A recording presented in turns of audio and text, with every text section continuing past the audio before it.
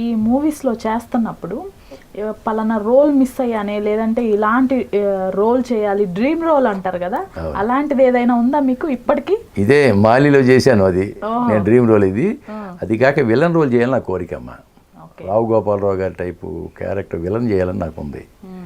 ఎవరైనా ఎంకరేజ్ చేస్తే విలన్ బ్రహ్మాండంగా చేస్తాను నేను. ఎందుకంటే నాటకాల్లో నాకు విలనే కదా, అవార్డ్స్ అన్నీ విలనే నాకు, మామూలుగా ఉండదు. విలన్ క్యారెక్టర్ అయితే బాగా చేస్తాను. కానీ మా గురువుగారు విజయేంద్ర ప్రసాద్ గారు నన్ను క్యారెక్టర్ ఆర్టిస్ట్గా తిప్పేసి నువ్వు బతకడా పోరా అని చెప్పేసి ఇట్లా పంపించాడు ఆయన నన్ను. ఫాదర్ క్యారెక్టర్స్ కానీ సపోర్ట్ క్యారెక్టర్ రోల్స్ కానీ వస్తున్నాయండి, లేదంటే మీ ఏజ్కి సంబంధించిన? వస్తున్నాయి. ఫాదర్ క్యారెక్టర్ వస్తుంది, చాలా ఇటువంటివి క్యారెక్టర్ ఆర్టిస్ట్గానే వస్తుంది నాకు. అంటే నేను అనుకోవడం అంటే క్యారెక్టర్ ఆర్టిస్ట్గా ఓకే, సమ్మెట గాంధీ ఒక ఆర్టిస్ట్ ఉన్నాడు అనేది ఒక ఫీల్డ్లో గుర్తింపు పడింది, రాజ్యంలోనే పడింది. ఇప్పుడు వకీల్ సాబ్తో కొంచెం బాగా ఫేమస్ అయ్యా నేను. అఖండ ఒకటి, దృశ్యం బాగానే ఉంది. రేపు రవితేజ సినిమాతో, రవితేజది పెక్యులర్ వేషం, అది చాలా పెక్యులర్ వేషం. అంటే వేషాల గురించి చెప్పకూడదు, పెద్ద పెద్ద సినిమాలకి బయట చెప్పకూడదు అంటారు. ఫోటోలు కానీ డిస్క్లోజ్ చేయటం ఏమి చేయకూడదు. చిన్న సినిమాలు చెప్పుకోవచ్చు, మాట ప్రచారం కావాలి కాబట్టి. ఎలా ఉంది రవితేజ గారితో ఎక్స్పీరియన్స్? చాలా ఎనర్జెటిక్ క్యాండిడేట్, మామూలుగా ఉండదు. ప్రొద్దున ఎలా వచ్చి ఉంటాడో వెళ్ళే వరకు కూడా అదే ఎనర్జీతో చేస్తాడు ఆయన. ఆయనతోనే ఉన్నాయి ఆయన 4 సీన్లు. డైలాగులు తక్కువ, అదంతాను యాక్షన్ పార్టీ అంతా మొత్తం. అలా ఆ మండవ, శరత్ మండవ గారు, ఆయన కృతజ్ఞతలు, మంచి వేషం ఇచ్చారమ్మా ఆయన. ఆయన first cinema super duper hit కావాలని కోరుకుంటున్నాం. నాకు పెద్ద పేరు వస్తుంది. ఇప్పుడు మీరు రామ్ పోతినేని గారితో కూడా ఒక మూవీ చేస్తున్నారని చెప్పేసి. అవును, ఆది నేను కాంబినేషన్ అమ్మా. ఆది ఫినిషిట్, ఆది విలను. దాంట్లో కూడా 2 సీన్లు, కానీ ఒక సీన్లోనేమో మంచి డైలాగులు, ఒక సీన్లోనేమో నన్ను చంపేస్తాడు ఆయన. అది కూడా నేనే ఓన్గా చేసా, డూపుని పెట్టనివ్వకుండా నేను చేశాను. అది మామూలుగా లేదు, అంటే డూప్ పెడదామని తీసుకొచ్చారు, కానీ చెప్పాలో చెప్పకూడదు పర్లేదు అంటే కష్టం చెబుతున్నాను. ఆయన అడిగాడు లింగస్వామి గారు, mister Gandhi you can do or can I put dupe అన్నాడు. అప్పటికి ఐ విల్ ట్రై సార్ అన్న. ఐ విల్ ట్రై అనగానే అంతే, రియల్ సత్తి ఫైట్ మాస్టరు బాబాయ్కి వేసేయండి అన్నాడు. వాళ్ళు అంతే వచ్చేసి మొత్తం తొడిగేశారు, ప్యాడింగ్లు గీడింగ్లు వేసి తాడు కట్టేశారు.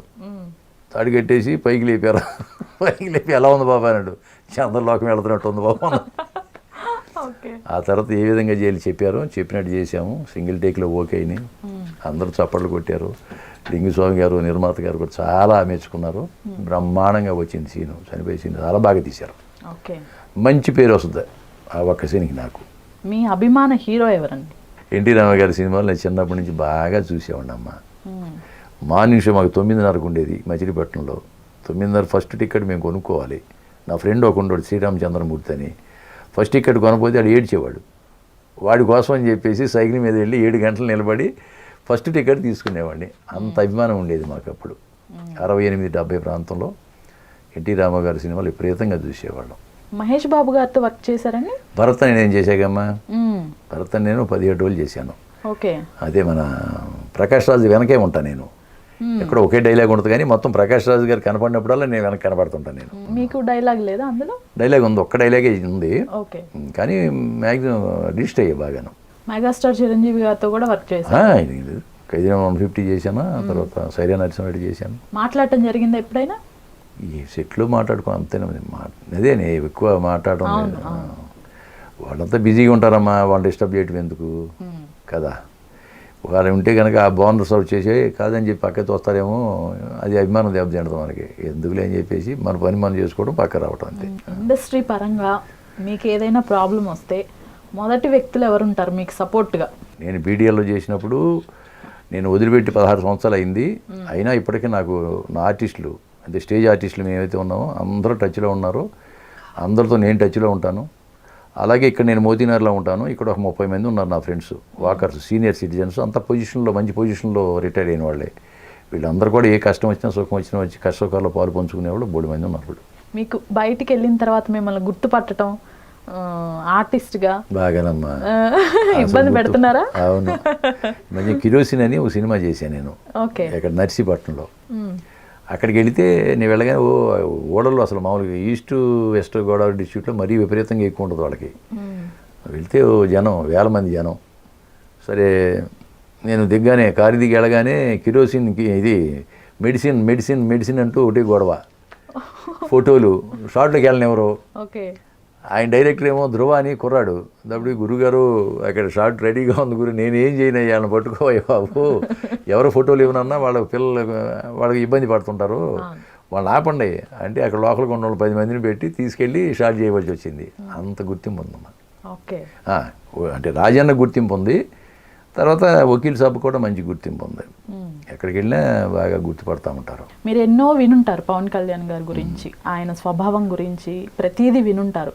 పావలా శ్యామ్లా గారికి హార్ట్ సర్జరీకి హెల్ప్ చేశారు అని చెప్పేసి కూడా ఒకానొక సందర్భంలో చెప్పారు. అవునమ్మా, అవును. మీరు చూసిన ఇన్సిడెంట్స్ ఏమైనా ఉన్నాయండి? నేను చూసింది ఏం లేదు కానీ చెప్పుకుంటారు కదమ్మా. ఇప్పుడు పెద్దవాళ్ళు ఏమైనా చేశారనుకోండి, వాళ్ళు చేసే కార్యక్రమాల గురించి చెప్పుకుంటారు. కాబట్టి ఒక ఆమె, ఒక జూనియర్ ఆర్టిస్టు వాళ్ళ అమ్మాయి పెళ్ళని కార్డు ఇస్తే సాయంత్రం వెళ్ళేటప్పుడు కలువమ్మ అంటే వెళ్ళేటప్పుడు 1 లక్ష రూపాయలు ఇవ్వటం. ఈ పావలా శ్యామల అంటే నాకు తెలుసు, ఆర్టిస్టు, ఆవిడ నాటకాలు వేసేది కాబట్టి ఆవిడ చెప్పిన విషయమే. హార్ట్ అటాక్ అయినా వచ్చినప్పుడు నాకు హెల్ప్ చేశారని ఆవిడ చెప్పటం. ఇవన్నీ దాన ధర్మాలు చేసే వాళ్ళకి ఎట్లా ఉండదంటే, గుప్తదానాలు చేశాడు ఆయన చాలా, నాకు తెలిసి. పైగా ఈ వరదలు వచ్చినప్పుడు అటువంటిప్పుడు చేస్తూ ఉన్నారు కదా, కాబట్టి ఆయన దగ్గర దానగుణం అయితే ఉందమ్మా, బాగా దానగుణం ఉంది. పేదల మీద ఒక రకమైన దయార్ద్ర హృదయం ఉంది ఆయనకి, అందుకే ఫాలోయింగ్ బాగా ఉంటుంది ఆయన మీద. కాబట్టి ఆయన నాకు తెలిసినంతవరకు ఆ నీతి నిజాయితీ, పేదలంటే ఒక మక్కువ ఆయనలో ఉన్నాయి.